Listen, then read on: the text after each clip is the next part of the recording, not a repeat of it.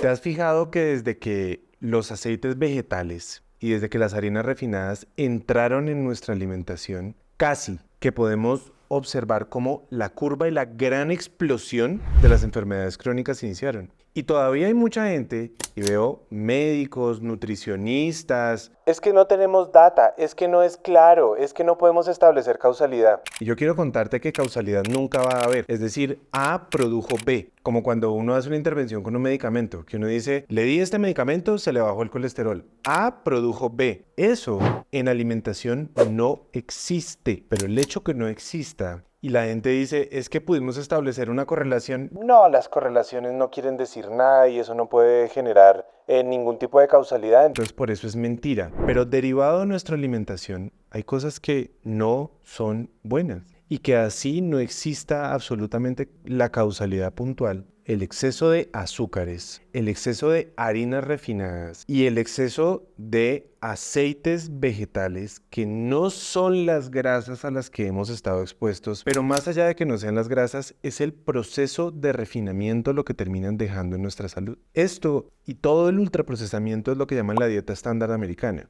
Todo lo que nos recomienda que deberíamos estar comiendo, la forma y el ultraprocesamiento es lo que termina siendo este tipo de alimentación, la dieta estándar americana. Y también te voy a dejar una cosa y es, las harinas refinadas no es solamente la harina de trigo. El refinamiento puede venir de lo que sea, puede venir con harinas de maíz, así digan, pero es que es sin gluten. El gluten tiene su problema, el refinamiento tiene su problema. Cuando yo cojo una harina, la pulverizo, la tamizo y le quito la fibra, la estoy alterando y le estoy quitando las mismas propiedades que tenía el vegetal de manera normal. Empecemos con los aceites vegetales. ¿Cuál es el problema de los aceites vegetales como el de soya, el de maíz, el de girasol, el de canola? Es un invento moderno. Esto empezó en los años a finales de 1800. Simplemente las semillas del algodón las botaban. Empezaron a darse cuenta que si las calentaban y las prensaban y las llevaban a unos procesos industriales, podían volverlas aceite con el que lo utilizaban para prender lámparas. Lo mismo que hacían hace miles de años con el aceite de oliva, también era utilizado para prender lámparas, porque es muy flamable. Solo que después dijeron, venga, ¿qué pasa si metemos este aceite que es tan barato de un desperdicio en la alimentación humana? Válido, válida la propuesta. Pero el problema es que no es como con el aceite de oliva, que es simplemente un prensado en frío y ya. Para lograr hacer esto tiene que tener muchos procesos químicos y a estos aceites les dejan múltiples residuos químicos en todo su proceso.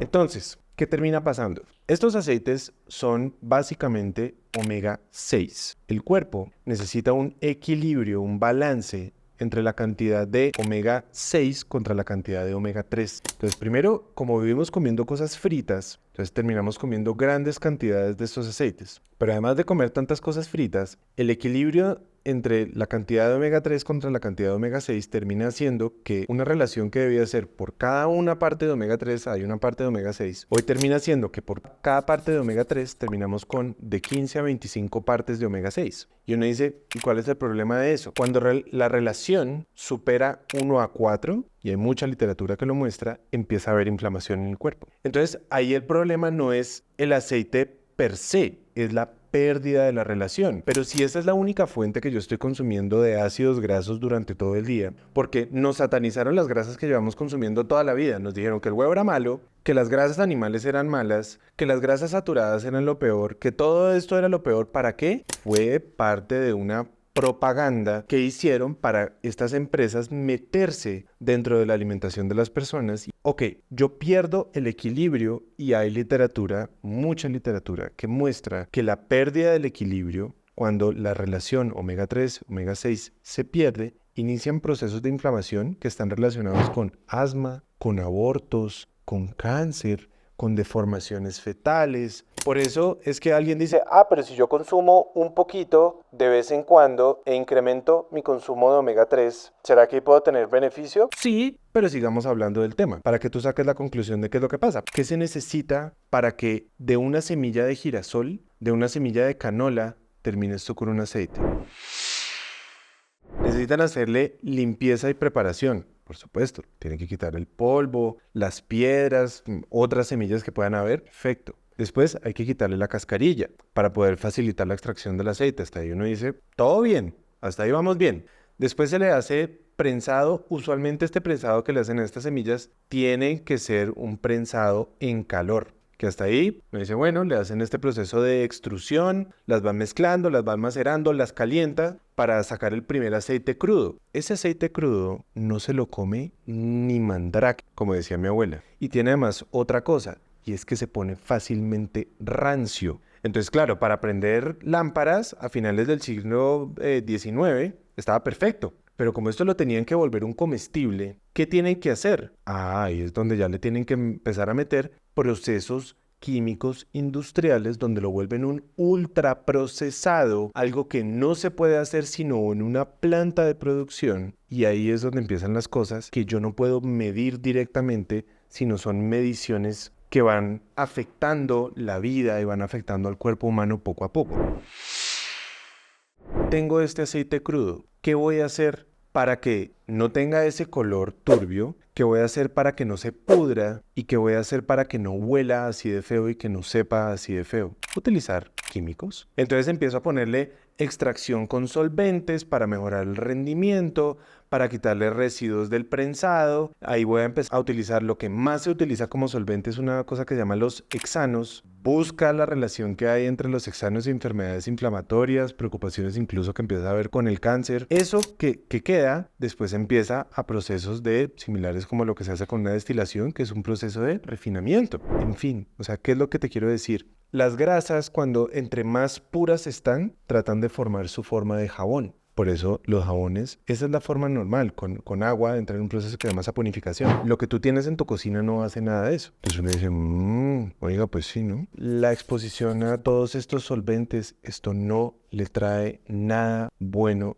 al cuerpo. Esto ha sido vinculado en daños neurológicos, en daños neuropsicológicos. Lo han estudiado para efectos que puede ocasionar en dolores comunes como dolores de cabeza, mareos, y obviamente esto va a ser las exposiciones prolongadas en el tiempo como la tenemos cualquiera de nosotros, porque es o con lo que cocinamos todo el día o lo que nos vivimos comiendo. Y te estoy mostrando la literatura. Puede que sea literatura que no esté tan actualizada, pues que digan, ay, pero es un artículo del 95. ¿Qué? O sea, es algo que se viene observando desde hace ya tiempito. El riesgo de refinamiento no solamente pone en riesgo a las personas que lo consumen, sino solamente ponte a pensar en una cosa. Las personas que trabajan en las refinerías tienen un riesgo de exposición por los compuestos nocivos que se utilizan durante el refinado. Dicen, pero es porque ahí hay grandes cantidades, lo que termina en el aceite es muy poquito. Paracelso decía, el veneno está en la dosis, pero también está en la frecuencia de la dosis. Ahora hablemos sobre las harinas refinadas.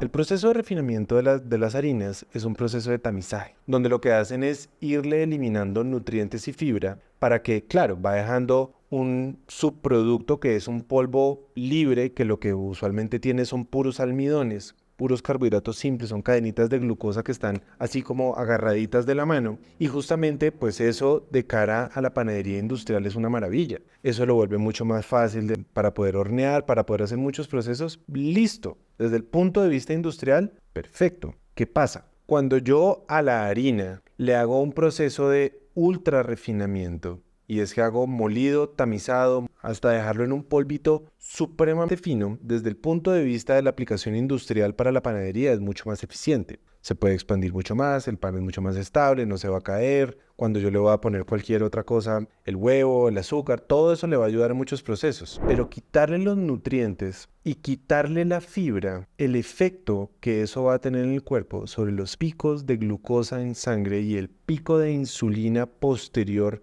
a cada parte del consumo, eso puede llevar a que una persona fácilmente desarrolle sobrepeso. Y hay países en el mundo donde las personas se comen su peso en kilos en pan al año. ¿Cómo así? Sí, si pesan 80 kilos, se comen 80 kilos de pan al año. Si el resto de tu alimentación es una alimentación alta en fibras, alta en proteínas, buena en grasas saludables, por supuesto que no te va a pasar nada, porque tú sabes qué es lo que estás haciendo. Una pizza o un poquito de pan que te comiste en alguna parte, así sea hecho con harina refinada, no te va a producir absolutamente nada. Pero si yo estoy todo el día pan, y como pan por la mañana y pan al mediodía y pan por la noche, y fuera de eso empiezo a no tener conciencia sobre lo que termina haciendo la falta de fibra, la falta de proteína, pues el efecto hormonal de lo que estoy ocasionando en mi cuerpo va a tener implicaciones en el corto plazo y en el largo plazo. Pero como no tenemos conciencia de esto, las vivimos consumiendo todo el día, a todas horas, en todo momento. Y entonces si yo busco pan integral, todo hay que mirarlo porque muchas veces a la panadería integral